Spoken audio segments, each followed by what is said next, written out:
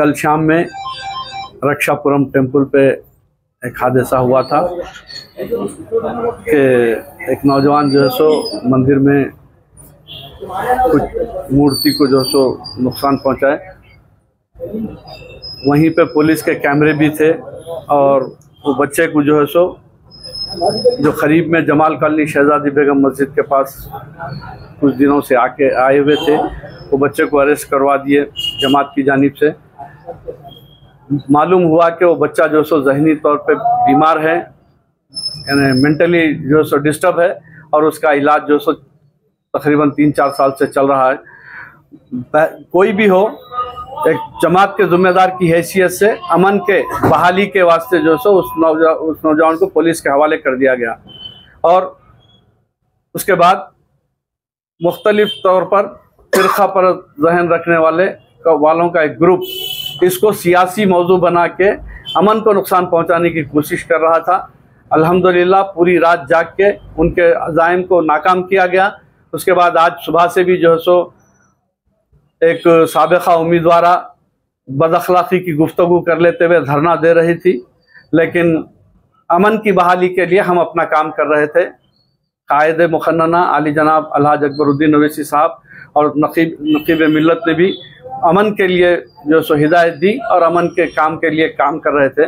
लेकिन 12 बजे 1 बजे के बाद 1 बजे के करीब चंद शरपसंद अनासिर जो बेगम बाज़ार से और अपने गौलीपुरा लाल दरवाजे से और मादन्ना पेट से और कुप्पूगुड़े से कुरमागुड़े से जो से ग्रुप आया और दहशत पैदा करते हुए पुलिस की मौजूदगी में कायद मुखन्नना का जो Owaisi Fatima Owaisi school of excellence school में बच्चे तालीम हासिल कर रहे थे, वहाँ खड़े रह के धरना बदअखलाक़ी की गुफ्तगू और वहाँ जो सो जमात के ख़िलाफ़ कायदीन के ख़िलाफ़ नारेबाजी कर रहे थे। तो उस वक्त पुलिस वहाँ से उनको वहाँ हटाई, लेकिन कंट्रोल नहीं कर पाई, जिसके नतीजे में वो फिर जमाल कॉलोनी में अंदर दाखिल होकर मेरे मकान के पास आकर मकान की गेट को नुकसान पहुंचाने की कोशिश की गई, तोड़ फोड़ करने की कोशिश की गई।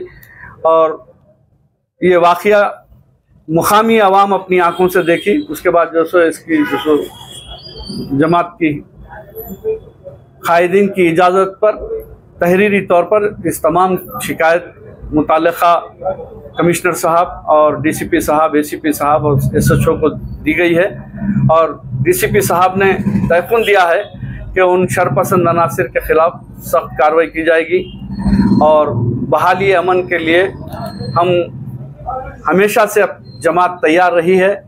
जमात हमेशा बिला लिहाज मज़हब व मिल्लत काम करती आई है, जिसका बयान सबूत दारुस्सलाम में हज़ारों की तादाद में लोगों का, हमारे गैर मुस्लिम भाइयों का आना इस बात का सबूत है। आज फ़िरक़ा परस्त ताकत बीजेपी बौखलाहट का शिकार हो गई है। वो अपनी शिकस्त से खौफज़दा है और इस वजह से इंतशार पैदा करने की कोशिश की जा रही है। हम डीसीपी साहब से वाज़े तौर पर कह चुके हैं कि आने वाले दिन शहर हैदराबाद में गंगा जमनी तहज़ीब को बरकरार रखने के दिन हैं, क्योंकि एक तरफ ईद मिलादुन नबी है तो दूसरी तरफ गणेश उत्सव की हमारे हिंदू भाइयों का त्यौहार है।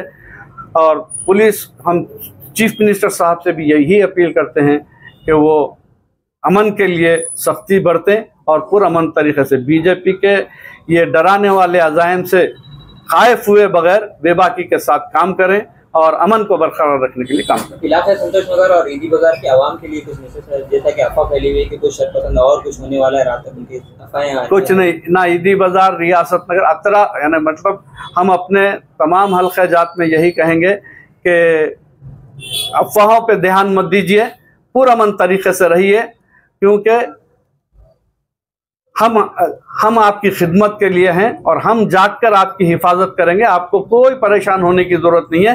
अफवाहों पे ध्यान मत दीजिए। और मैं हमारे बिला लिहाज मज़हब व मिल्लत तमाम तबक़ात के लोगों से कहूँगा कि जो शरपसंद अनासिर दूर बैठकर माहौल को ख़राब करना चाहते हैं, इनसे होशियार रहिए।